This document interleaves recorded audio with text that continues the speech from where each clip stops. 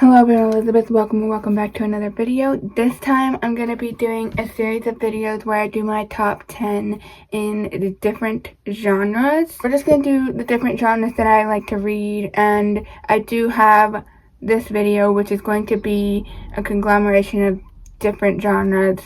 So here's how this works. Here are the genres that I'm going to be doing within this series of videos. We have fantasy, which is probably my number 1 genre. We have classics, which is my number 2 genre. We have nonfiction, which is probably my number 3 genre. The nonfiction includes a lot of history, but it's got, not just nonfiction in general. And then we just have the fiction category, which is just anything else that is fiction that doesn't fit into those other categories. There's going to be a mixture of things. Let's get into the list. Out of this 10 list of books, there are 2 that I do not own. That is actually kind of a crime, but let's get into the stack of books. Starting at the bottom, we're going to start at number 10. This is the best way, in my opinion, to do this because you don't know what number 1 is. Maybe you do, but number 10 is The Book Thief by Marcus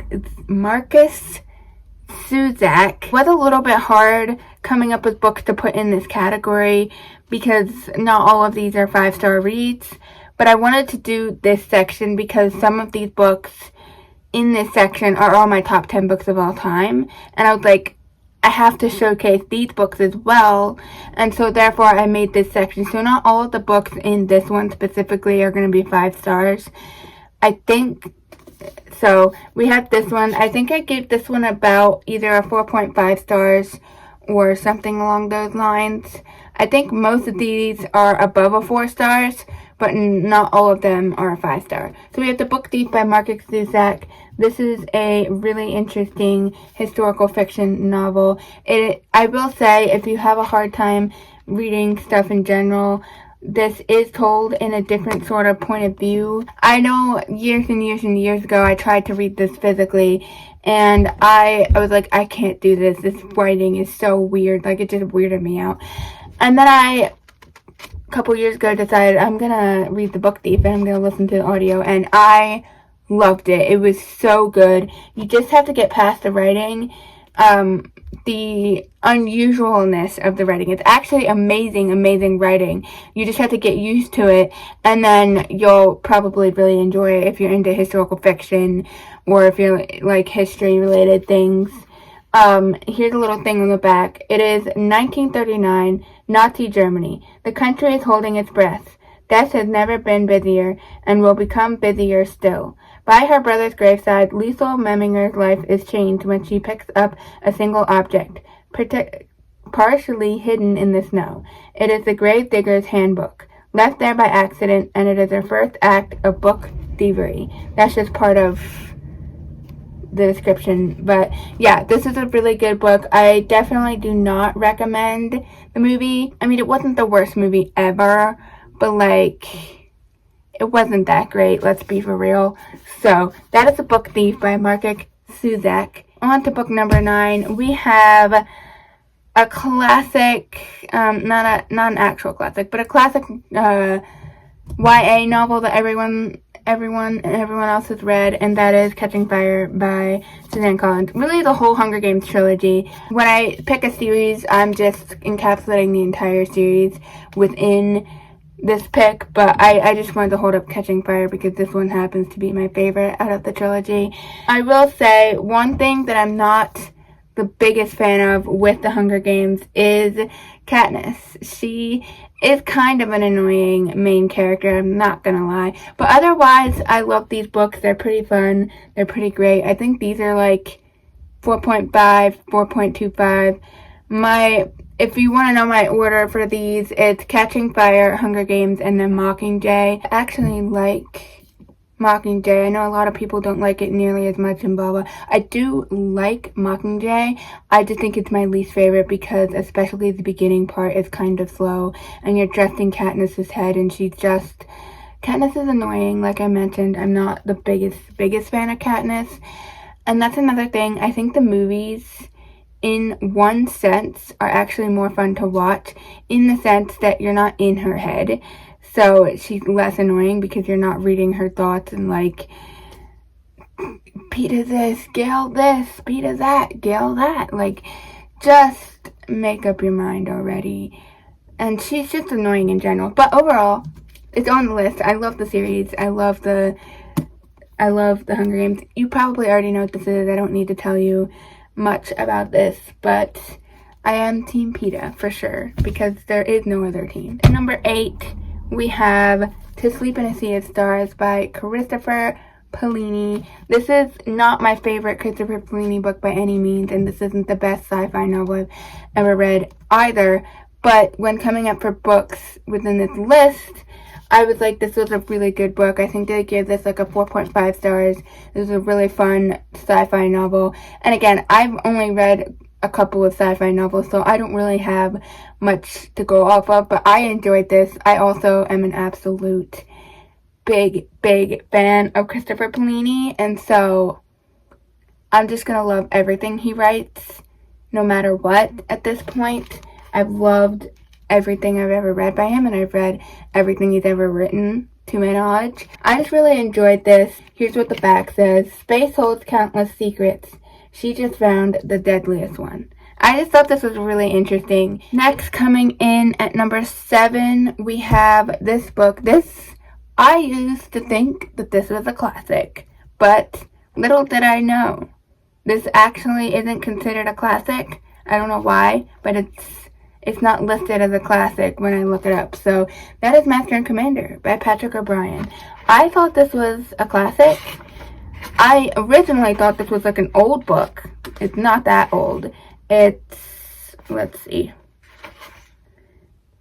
1970. So this was first published in 1970. Yes, I have the movie cover edition because the movie's one of my favorite things ever, and I don't know, I just wanted to have the movie cover edition. I don't usually like movie cover editions for books, but when it's my favorite movie, or almost favorite movie of all time, I can't be stopped. This isn't that old of a book. I thought it was older, and it's not technically considered a classic, which it should be because this is phenomenal. I think I gave this like a 4.75 or 5 stars. I'm not 100% sure on that one.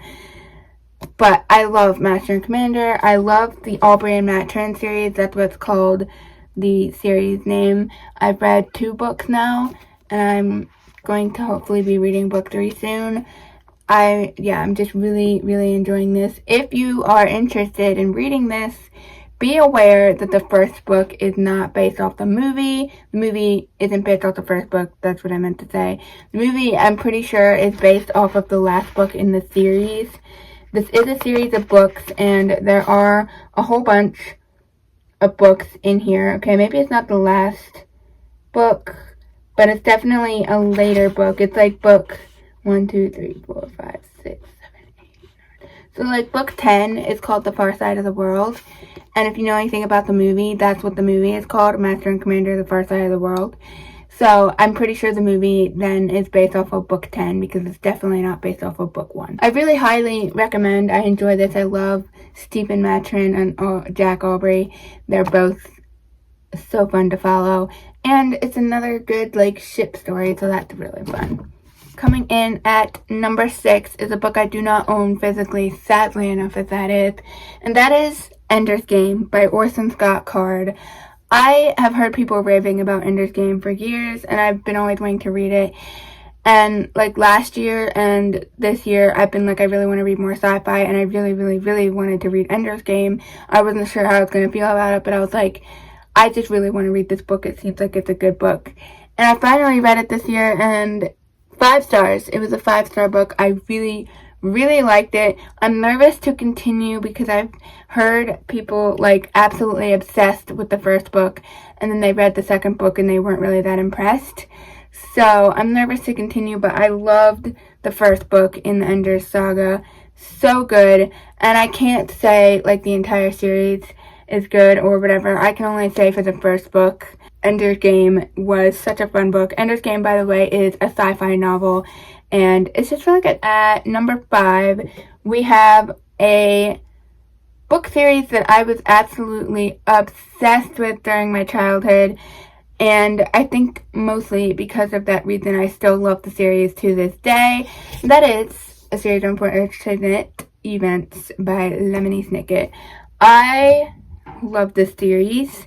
When I was a kid, like 13 or 14, I started reading these books and I was obsessed. Like, actually absolutely obsessed with these books. To the point where I would draw stuff. Like, when I was a kid, I drew for the fun of it, and I would draw stuff from the books, and then I also copied some of the pictures. Like, the book has illustrations in it, and I copied one of the pictures one time, but I would just draw random scenes from the book because I was just so obsessed, and I read them multiple times. I think my favorite book within the series when I was a kid was The Hostile Hospital. Don't ask me why. That's number 8. That was just my favorite at the time.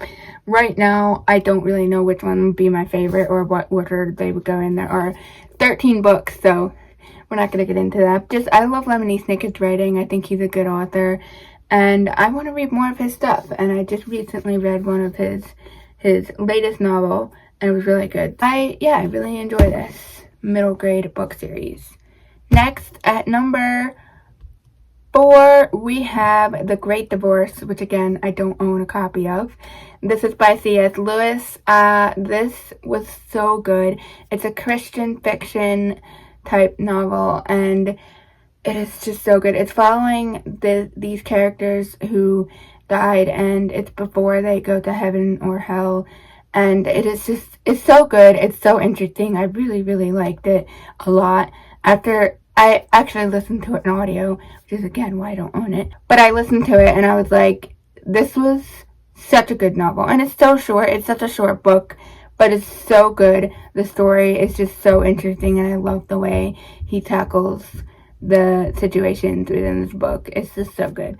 Number 3, another book I was absolutely obsessed with when I was a child. When I was like 13, 14, I read this book 3 times in 1 year.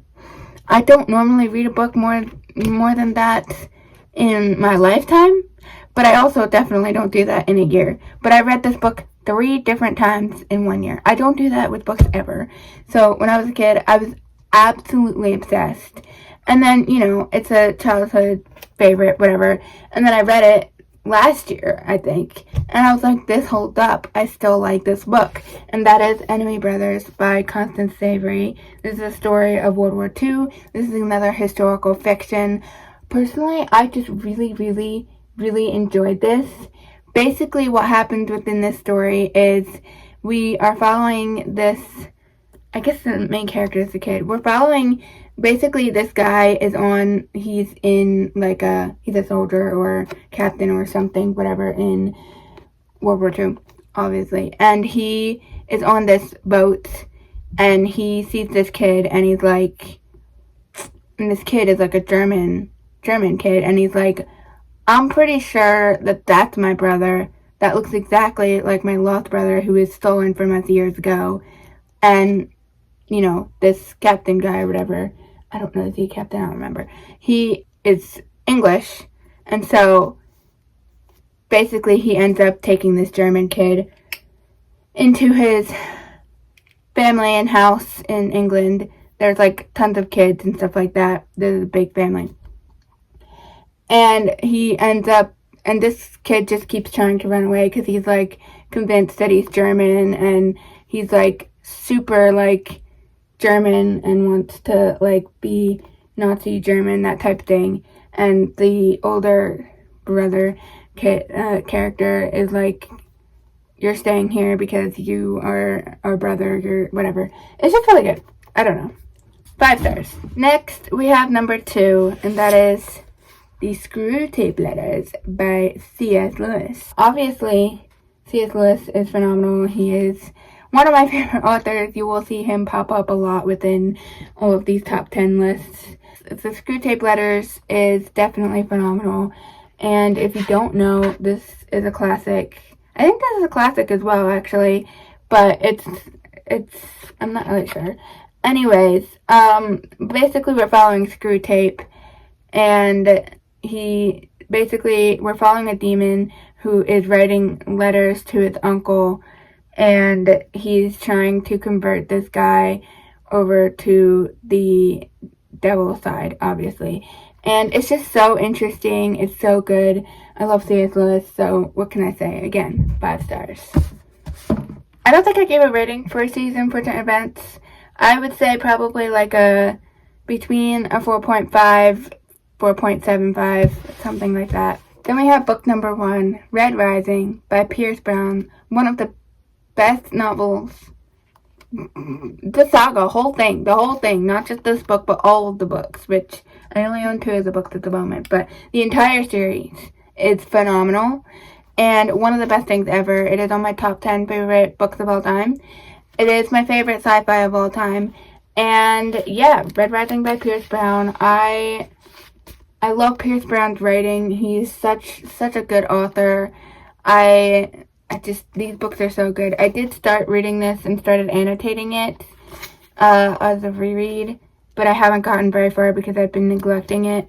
So I've just been kind of slowly reading little bits and pages of this here and there, and I'm annotating it as I go. So this is a sci-fi novel this follows a color system where the lowest color are the reds, and they're like the slaves, and then the highest color is the golds, and they're like the nobles, the leaders, and the people in charge.